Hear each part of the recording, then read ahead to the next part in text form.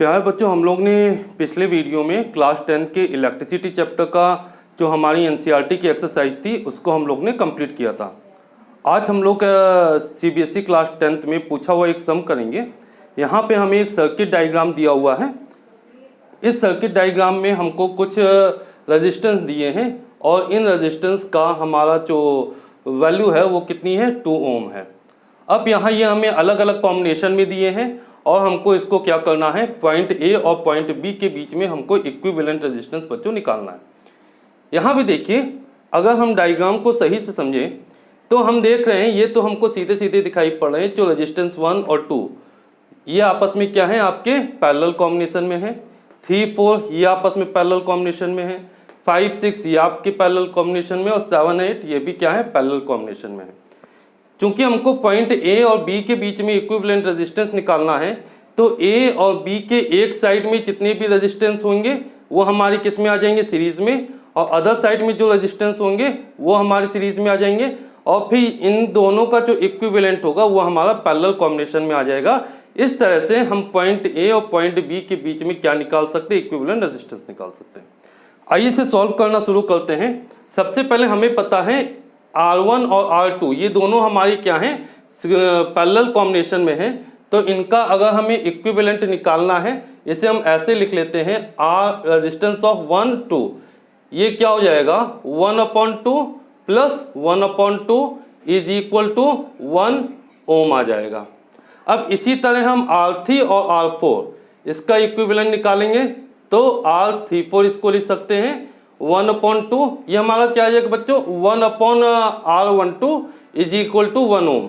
ऐसे ही 1/R34 is equal to क्या हो जाएगा, 1/2 प्लस 1/2 इज इक्वल टू 1 ओम और रेजिस्टेंस ऑफ 3/4 हमारा क्या आ जाएगा, 1 ओम।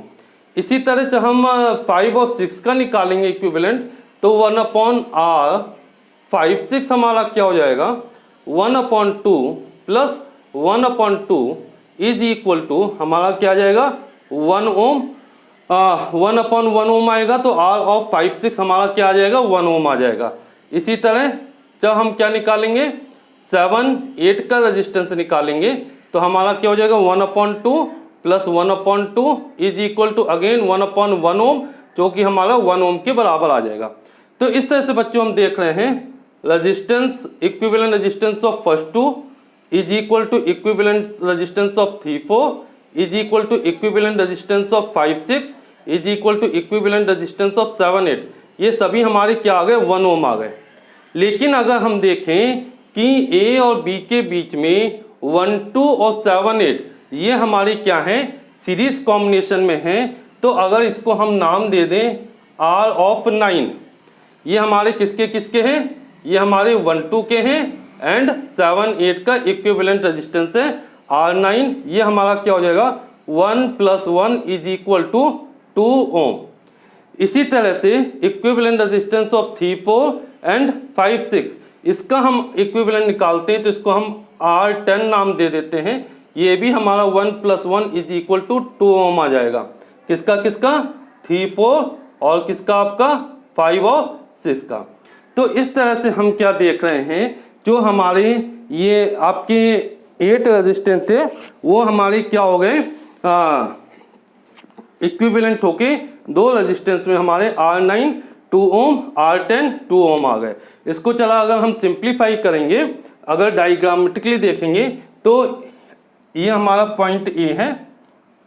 अब ये जितने भी रेजिस्टेंस हैं इनका रेजिस्टेंस इक्विवेलेंट हमारा कितना आ गया बच्चों, R9 इज इक्वल टू 2 ओम। इसी तरह जो अदर साइड है इसका हमारा इक्विवेलेंट रेजिस्टेंस कितना आ गया, R10 इज इक्वल टू 2 ओम। ये हमारा पॉइंट ए, पॉइंट बी। अब ये हमारा रिड्यूस होके इस फॉर्म में आ गया। अब हमें क्या करना है, R9 और R10 इन दोनों का इक्विवेलेंट रेजिस्टेंस निकालना है। तो हमारा R9 और R10 ये हमारा पैरेलल कॉम्बिनेशन में है तो हम क्या लिख सकते हैं, 1/R, R हमारा क्या equivalent is equal to 1/R9 plus 1/R10। तो 1/R is equal to 1/2 plus 1/2। तो 1/R इज इक्वल टू हमारा क्या हो जाएगा, 2/2, ये हमारा क्या हो जाएगा 1। तो इस तरह से पूरा जो सर्किट है उसका इक्विवेलेंट रेजिस्टेंस हमारा बच्चों क्या आ जाता है 1 ओम आ जाता है। तो देखिए कितनी आसानी से परीक्षा में पूछा हुआ ये सवाल हम लोग ने कर लिया। हमको ए और बी पॉइंट के बीच में रेजिस्टेंस निकालना था इक्विवेलेंट।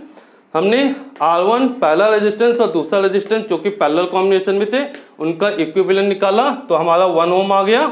इसी तरह से तीसरा और चौथा इनका इक्विवेलेंट निकाला, ये भी 1 ओम आ जाता है। और फिफ्थ और सिक्स इसका जब हम इक्विवेलेंट निकालते हैं तो 1 ओम, और 7 8 इसका भी इक्विवेलेंट 1 ओम आ जाता है क्योंकि सभी क्या है पैरेलल कॉम्बिनेशन में है। अब लेकिन हमें ए और बी पॉइंट के बीच में निकालना था तो ए बी के जो एक साइड के रेजिस्टेंस है वो हमारे किस में आ जाएंगे, सीरीज में आ जाएंगे। तो इन दोनों का जो हमारा 1 2 और 7 8 1 2 और 7 8 का इक्विवेलेंट जैसे हमने R9 मान लिया वो सीरीज में है तो उनका इक्विवेलेंट 2 ओम आ जाएगा। इसी तरह 3 4 और 5 6 ये अदर साइड पे है तो इसका हमारा क्या आ जाएगा 3 4 और 5 6 इसको हमने R10 मान लिया तो इसका इक्विवेलेंट हमारा कितना आ गया 2 ओम। अब ये रिड्यूस होके थोड़ा हमारा इस तरह से बन गया कि ए बी के एक साइड में R9 आ गया जिसका इक्विवेलेंट 2 ओम आ गया और अदर साइड में R10 आ गया जिसका इक्विवेलेंट 2 ओम आ गया। अब ये दोनों फर्दर हमारे किस में है पैरेलल कॉम्बिनेशन में है तो हमारे पूरे सर्किट का जो इक्विवेलेंट रेजिस्टेंस होगा 1/R9 और 1/R10 हो जाएगा। इनकी वैल्यू 1/2 1/2 है। इसको जब हम क्या करेंगे सॉल्व करेंगे तो हमारा कितना आ जाएगा 1 ओम। इसका मतलब जो पूरा हमें सर्किट डायग्राम दिया है इसका हमारा क्या है इक्विवेलेंट रेजिस्टेंस कितना आ जाता है 1 ओम आ जाता है। ये हमारा CBSE की बोर्ड परीक्षा में पूछा हुआ क्वेश्चन था। इसी तरह के और क्वेश्चन आपको अगले वीडियो में हम उपलब्ध कराएंगे। और चैनल को अभी तक अगर आपने सब्सक्राइब नहीं किया तो प्लीज़ सब्सक्राइब कीजिए और वीडियो को लाइक और शेयर जरूर कीजिए। Thank you.